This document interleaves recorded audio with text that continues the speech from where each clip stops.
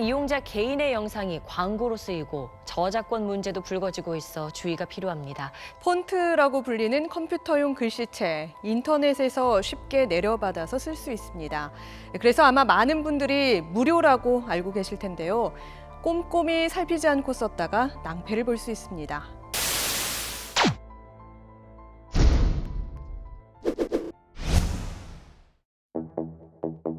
저작권이란 무엇인가요? 저작물은 인간의 사상 또는 감정을 표현한 창작물을 말합니다. 여기에는 우리가 잘 아는 음악부터 연극, 그리고 지금 찍고 있는 유튜브 같은 영상물들이 있겠죠. 또 창작물이라는 게 있는데요. 개념은 이렇습니다.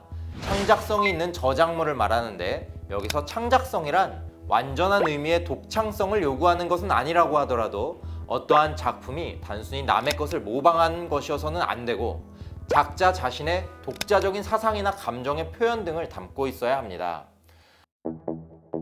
저작권을 침해하면 어떻게 되나요? 저작권은 그 창작만으로도 권리가 성립합니다.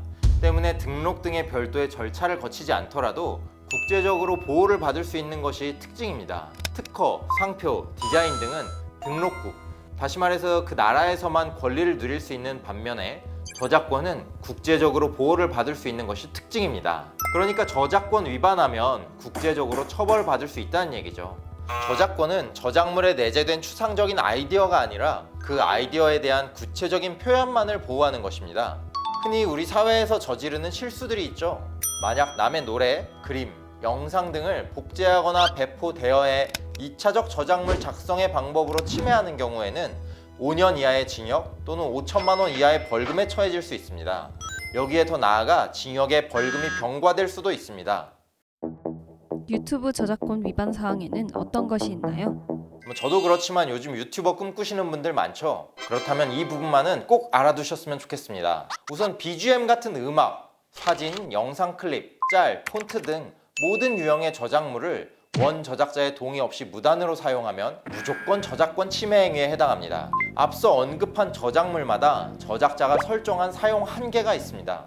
그 사용 한계는 예를 들면 누구든 어떤 목적으로든 무료로 사용할 수 있다거나 법인은 영리적 목적으로 사용할 수 없다거나 법인 또는 개인을 불문하고 누구든지 영리적 목적으로는 사용할 수 없다거나 마지막으로 누구든 어떤 목적으로든 저작권자와 사용 계약을 체결한 경우에만 사용할 수 있다는 등의 경우로 나눌 수 있습니다.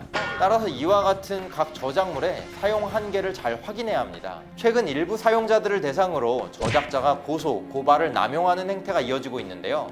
지난 2018년부터 검찰에서는 인터넷 저작권 침해 사범 남고소에 따른 처리 지침을 운영하고 있습니다. 또 문화체육관광부는 저작권 대행사 등의 고소 남발로 인한 청소년 저작권 침해 사범이 양산되는 것을 방지하기 위해 청소년 저작권 침해 고소 사건 각하 제도를 시행하고 있습니다. 쉽게 말하면 잘 모르고 저작권을 침해한 경우에는 한 차례 정도는 봐주겠다는 뜻이죠. 특히 요즘에 폰트가 많이 문제되고 있는데요. 이 폰트 그냥 사용해도 될까? 하는 질문을 주변에 하는 분들을 쉽게 찾아볼 수 있습니다. 폰트 사용의 경우에는 단지 본인이 포스팅에 몇 글자만 사용한 것을 빌미로 저작자가 본인이 소유한 폰트 전체를 강매하도록 요구하거나 또는 과다한 합의금을 지급할 것을 청구하는 경우가 있으니까요. 인터넷에서 다운로드 받은 폰트를 사용하실 때에는 그 사용 한계를 명확히 확인하시는 게 좋겠습니다. 방송짤이나 유머짤들도 사용하면 안 되나요? 방송 짤방이나 유머 짤 등을 사용하는 경우에 저작자가 이것을 문제 삼으면 심각한 문제가 될 수도 있습니다. 그런데 온라인을 잘 보시다 보면 방송물로 만든 짤들을 그냥 막 사용하는 것을 볼 수 있죠? 이거는 방송국에서 봐주는 거죠, 사실. 왜냐면 그 짤방이 온라인에서 회자됨으로 인해서 그 방송이 다시 재조명 받을 수 있기 때문입니다. 쉽게 생각해 볼까요? 배우 김영철 씨가 옛날 드라마 야인시대를 촬영하면서 미군을 상대로 4달러, 4달러라고 이야기하는 장면이 나옵니다. 해당 영상은 이후 수많은 온라인 공간에서 밈이나 짤방의 형태로 사용되며 재생산되었는데요. 해당 드라마의 저작자나 김영철 씨가 이를 문제 삼을 이유가 있을까요? 아마 김영철 씨는 오래전 작품 속의 자신의 모습을 기억해주고 이를 바탕으로 새로운 문화를 창조해내는 온라인 유저들에게 고마움을 느낄 것 같습니다. 그리고 실제로 이렇게 회자된 덕분에 버거킹 광고를 촬영하기도 했죠. 그런데 원칙은 이렇습니다.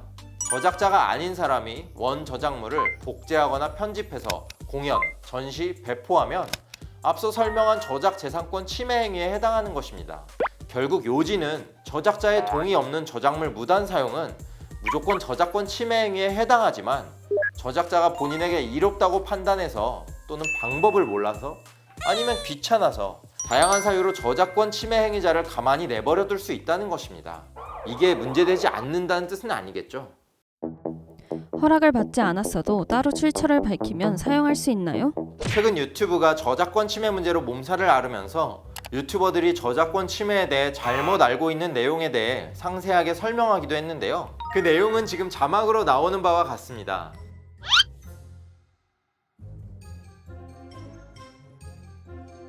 이 자막으로 처리된 모든 사실들 전부 잘못된 사실입니다. 유튜버들이 잘못 알고 있는 거죠. 일례로 일각에서는 현재 유튜브 알고리즘상 저작물인 음원을 7초 미만으로 사용하면 저작권 침해 행위로 모니터링되지 않는다, 뭐 이런 이야기가 있는데요. 일반적인 온라인 유저로서는 유튜브 알고리즘의 한계가 정말 그 정도인지 확인할 수 없을 뿐만 아니라 설령 한계에 관한 위 카더라가 사실이더라도 음원 무단 사용이 저작권 침해 행위라는 것을 부인할 수는 없습니다. 최근 눈부신 기술 발전 속도를 고려하면 현재에는 알고리즘이 감지해내지 못한다고 하더라도 이를 감지해내는 것은 단순히 시간 문제일 뿐 아닐까요?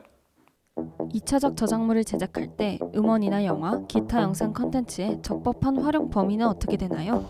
저작권법에 의하면 공공 저작물 이용, 그러니까 학교 교육 목적이나 비영리 공연, 방송과 같은 공정 이용이 적용되는 경우라면 원 저작물을 번역, 편곡, 개작하여 이용하는 것이 허용됩니다.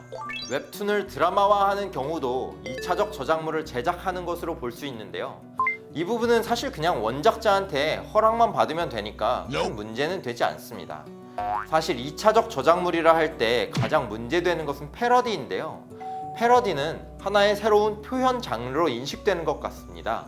패러디는 원 저작물을 이용해 그 내용에 일정한 목적을 가지고 변형을 가한 것이기 때문에 기본적으로 저작자의 동일성 유지권, 복제권, 2차적 저작물 작성권 침해의 여지를 안고 있습니다. 다만 패러디물이 그 자체로 독립된 창작적 가치를 인정받을 수 있는 성공한 패러디에 이르면 저작물의 공정한 이용으로 취급하는 것이 보통입니다. 성공한 패러디라는 개념 자체가 좀 모호하긴 한데요. 제3자가 패러디물을 통해 원작을 떠올리고 그에 대한 비평 또는 풍자라는 인식이 가능해야겠죠. 유튜브 저작권 위반 경고 메일을 받았습니다. 어떻게 대처해야 할까요? 유튜브로부터 저작권 위반 경고 메일을 받았을 때에는 신고 내용이 무엇인지 확인해 볼 필요가 있습니다. 먼저 저작자가 이용자의 저작권 침해 사례를 신고하면서 시청 제한은 하지 않은 채 수익 창출만 제한하는 경우가 있을 수 있습니다. 이때 저작자의 의도는 이용자가 저작물을 활용함으로써 수익을 창출하는 것을 방지하고자 하는 것이기 때문에 만약 이용자가 해당 저작물을 이용하여 수익을 창출할 목적이 없다면 그 상태를 그냥 그대로 두면 됩니다. 그런데 만약 저작자가 저작물을 게시 중단해달라는 완전한 법적 요청을 제출하는 경우에는 이때는 문제가 좀 달라집니다. 저작권 위반에 대한 가장 강력한 형태의 신고일 가능성이 높은데요. 해결하기 위한 방법은 다음에 3가지가 있습니다. 첫 번째는 경고 소멸 기다리기입니다. 용어가 좀 어려우실 수도 있는데 보통 저작권 위반 경고는 3개월이 지나면 소멸됩니다. 만약 경고를 처음 받았다면 유튜브가 운영하는 저작권 학교를 수료해야 합니다. 두 번째로는 신고 철회 요청이 있겠습니다. 이건 간단합니다. 동영상 소유권을 주장하는 사용자에게 연락해서 저작권 침해 신고 철회를 요청하는 거죠. 마지막으로 3번째는 변론 통지 제출입니다. 동영상이 저작권 침해로 잘못 식별되어 유튜브의 실수로 삭제되었거나 잠재적인 공정 사용 요건을 충족하는 경우에는 변론 통지를 제출할 수 있습니다. 제 생각에 유튜버들은 악의에 의하기보다는 과실로 실수로 저작권을 침해하는 경우가 잦을 것으로 생각되는데요. 이 경우에는 3개월 동안 재차 저작권을 침해하지 않도록 신경 쓰면서 계정을 운영하는 것이 가장 일반적인 해결 방법이라고 생각됩니다. 저작권 침해 없이 저작물을 잘 사용하려면 어떻게 해야 하나요? 아마 머니랩 구독자분들께서 원하시는 답변은 이렇게 하면 저작권 침해 해당되지 않습니다. 이런 시원한 답변을 바라셨을 텐데요. 죄송하게도 저는 변호사로서 보수적인 답변을 드릴 수밖에 없습니다. 그 정답은 저작자로부터 저작물 사용에 대하여 동의를 받는 것입니다. 이 외에는 저작권을 침해하지 않으면서 저작물을 사용할 수 있는 방법은 없습니다. 그렇지만 저작자의 원 저작물에 도움이 되는 방식의 활용이라면 비록 저작권 침해 행위에 해당하더라도 문제될 소지가 적지 않을까요?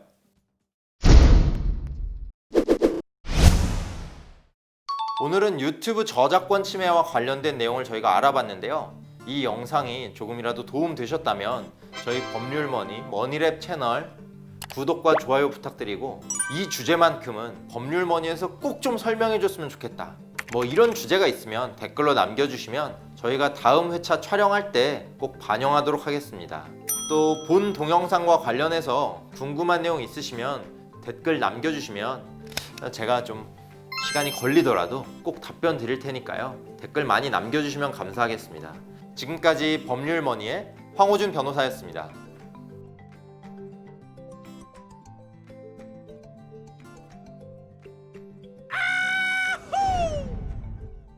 Money rap